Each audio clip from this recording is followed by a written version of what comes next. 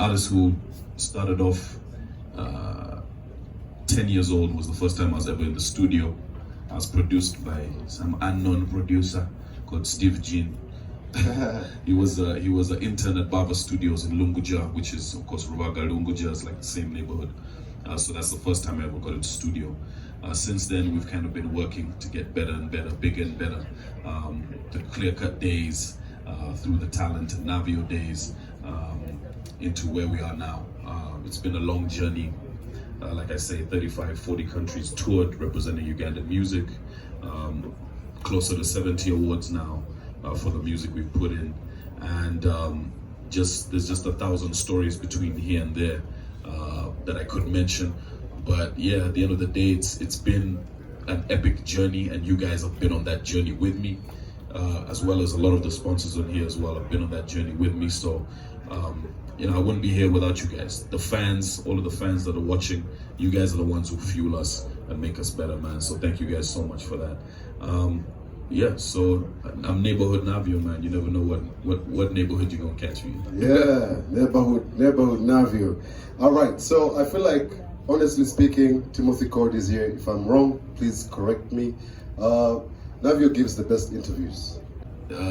Pre-clear cut or around the clear cut days was more of a hype man. That's what people don't know, realize. I was never the most lyrical or the most and nothing's changed. No, but I was never the most talented in the group.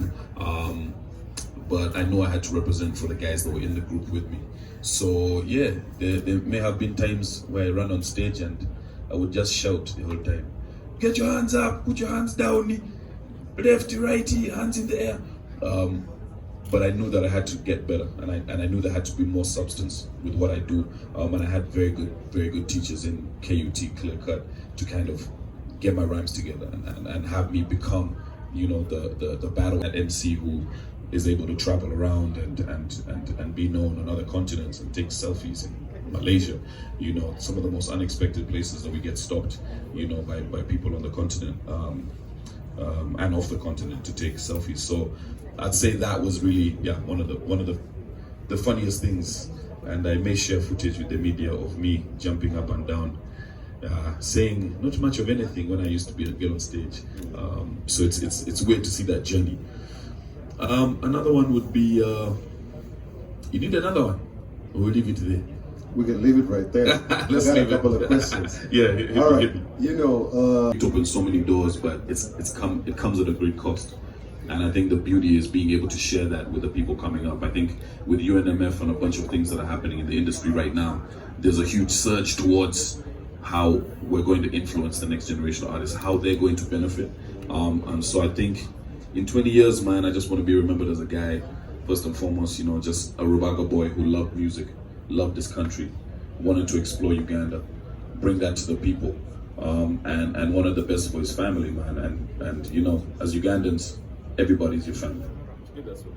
I like that. I definitely like that. Thank you so much, Navio. And remember, this is 20 years of Navio. We are celebrating the second of... They had a boy and a girl, and I came along. But they still love me, so it's okay.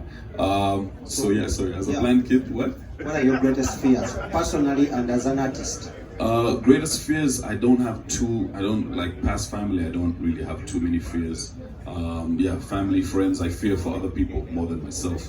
I was raised to be able to handle myself in many situations, so I don't really fear for myself, but yeah, it's just the difference between being a real human being and a role model sometimes, I think is what's expected of us sometimes as artists is very, very broad, and everybody has a bad day. So reputation is a big one, just because I represent more than myself. I represent the Ugandan people, I represent my fans, every time I step out. Me and my team are really bad with calendars. So we usually just do whatever we feel like. I think at this point, whatever date felt good was what we're gonna go with. We're saying to ourselves, we need 3 months, 4 months for the build-up. And this seemed to be the perfect date. I don't think when it comes to a 20-year, you can't be very particular about the timing. You have to just do it when this is when I started. September 2003. So this is when I have to have my concert.